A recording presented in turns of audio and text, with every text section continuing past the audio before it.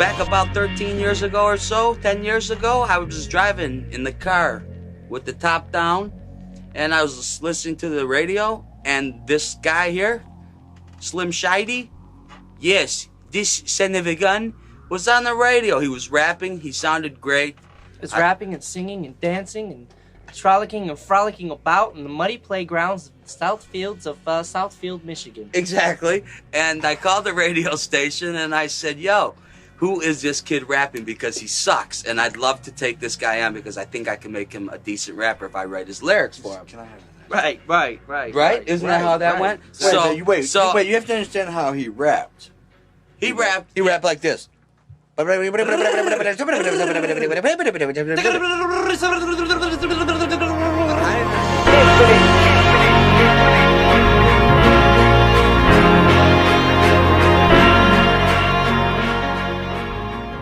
started off with an 8-track studio in Oak Park in my basement. We worked that thing all the way up to probably 95.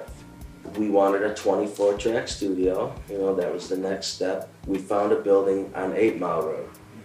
8 Mile, of course, everybody knows, is that borderline street. We were always doing urban stuff, so it just seemed right to be over there.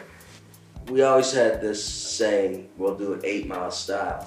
We had no money at the time, so we would use old microphone and put it in a garbage can and anything it took, old strings out of tune. We called that 8 Mile style. My brother was the individual that first recognized the talent of Marshall.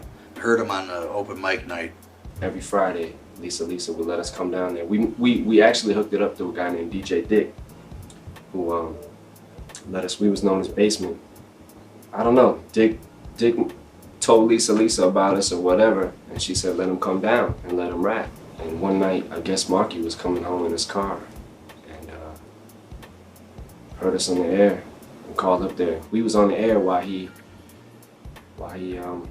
was making the call. He was like, "Who is that?" And Lisa was like, "It's Basement Productions, and such and such and such." And he was like, "Put him on the phone with me." So then she put us on the air. And they was like, "We want you to come down to the studio and, you know, yada, yada, yada." And when we got off the air, Marky gave us like all his information and everything, and we went there. We went to his house and he had a studio in his basement. I mean, when Marshall came into the studio, I thought I was going to lose my mind because I was like, what's coming out of this kid's voice? Looking like this and sounding like this unbelievable rapper. I couldn't believe this kid. I was a kid. I was like 15. I was like 14 or 15 when I met them. I was just happy to be in the fucking studio. I didn't give a fuck what I was doing. I was just happy to be in the studio. Back then, you know, I wasn't ready. I still was trying to figure out who I wanted to be and what I wanted to sound like. So, you know, I'm mimicking other people's shit at that point, you know. I felt like I was too young to have my own style. I mean, back then, you couldn't tell me no different. I thought I was ready.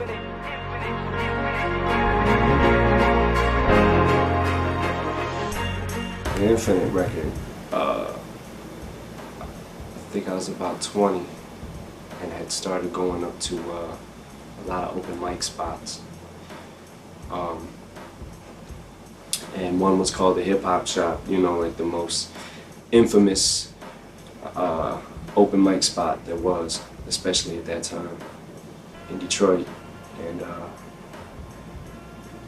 started going to them open mic spots and just making a name for myself and just going up in there and just fucking ripping it and being the only white kid in there. Like, you know, that was the talk, was, you know, Right. the white boy, this and this, and it got back to him. And I actually, around that time that I was going to them open mic spots, went to their studio to record, paid with my own money to record and put out my own cassette. It was a cassette single. It was called Backstabber, and the flip side was Bitophobia. Right. And I recorded it in there, and they had heard me rap and heard me do the songs, and this producer I was working with back at the time, Mannix, had made the beats. and they heard it and they liked it. So even though I put it out myself, by me doing that and going back in there and them getting to hear me at a later date, and you know, me going through my changes and evolutions and getting older and more mature and learning what I wanted to be, they were interested again. You know, it was the momentum of that. I think they figured if we press up another cassette and some LPs, some vinyl, and let the DJs play them in the clubs and shit at the same time, shop it, then we could get something. But nothing cracked again, and the album kind of flopped again. We had a tough time with that record. You know, I couldn't get stores to take product on consignment. Even I couldn't give product away. It was a tough battle, but I wasn't going to give up. Basically, the rest of the CDs or the rest of the cassettes that didn't sell, just going to all the places we could just give them out in other cities and just get the buzz, like try to generate something, hoping somebody would hear it. And then during that time, everything just started. It seemed like it was just crashing because nobody was listening. I remember, Em, you were down in the basement, and you said, "You know what? I've given it all, man. I think this is the best thing I've done. If this doesn't work, fuck it." It was the best. I said this is the best I can do. If this doesn't work, Yeah, then what do I then do? it's not gonna happen. It ain't gonna happen. Well, we take them into the studio, and 10 years, geez, I feel like there's a penis on my head. 10 years later, we work and we're working and we're working. We're trying to beat the odds here because we've got a couple things going against us. Number one, I have this, and number two, if you can all tell, Well, we're... the first thing is that you're talking about two Jewish producers in hip hop, which that's really unheard of. But the truth of the matter is, at the beginning of this whole thing, it was not sure that we could pull off a hip hop album. I went through a series of events, style changes, shit happening in my life, just drastic, just different shit. And the way I was rapping began to get more hostile and more, like fuck the world type shit. So I started coming in with songs like it was talking about overdosing on drugs and fuck life and this and that, and it caught their ear in a whole different way, just like it started catching everyone else's ear, like wherever I was going, rapping about it. And I don't know, it seemed like as soon as I stopped giving a fuck about what I was saying, people started giving a fuck. It was like a reverse effect. Like, fuck you, I don't care if you like me or not. Oh, well, we like you now.